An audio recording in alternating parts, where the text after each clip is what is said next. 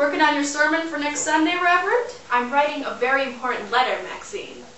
Who to, Shannon? The Dean of Divinity School, Swanee. Yes, and I'd appreciate it very much, Maxine, honey, if you get Pedro or Poncho to drive in town with it tonight, so it'll go out first thing in the morning. The kids took off in the station wagon already, for some cold beers and hot horrors in the cantina. Fred's dead.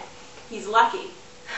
Don't misunderstand me about Fred, baby. I miss him, but we'd not only stopped sleeping together, we'd stopped talking together except in grunts. No quarrels, no misunderstandings, but if we exchanged 2 grunts in the course of the day, it was a long conversation we'd had that day between us. Maybe he thought you'd turn into a pig, Maxine. Ha! Well, you know damn well that Fred respected me, Shannon, like I did Fred. We just, well, you know, age difference. Well, you got Pedro and Poncho.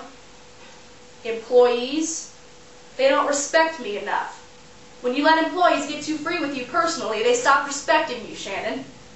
And it's, well, humiliating not to be respected.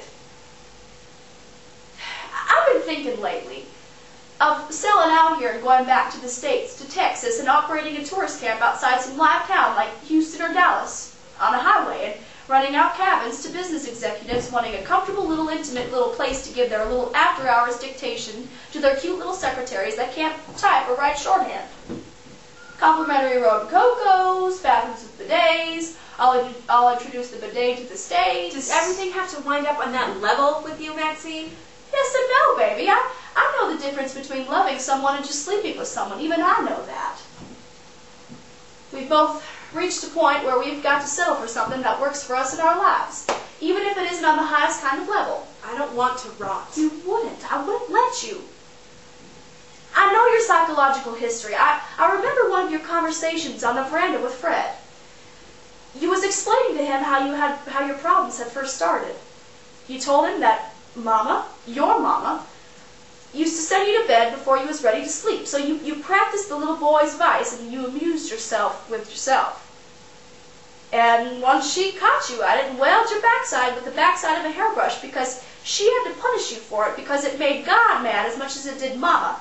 And she had to punish you for it so God wouldn't punish you for it harder than she would. I was talking to Fred. Yeah, but I heard it, all of it. And you said you loved God and Mama, so you quit it to please them. But it was your secret pleasure, and you harbored a secret resentment against Mama and God for making you give it up. And so you got back at God by preaching atheistetical sermons, and you got back at Mama by starting to lay young girls. You're not going back to church. Did you mention the charge of statutory rape to the divinity dean? Why don't you let up on me? You haven't let up on me since I got here this morning. Let up on me. Will you just let up on me? The Chinaman in the kitchen says no sweat. No sweat, he says. That's all his philosophy. All the Chinese philosophy in 3 words. Mai yu gaoqi, which is Chinese for no sweat.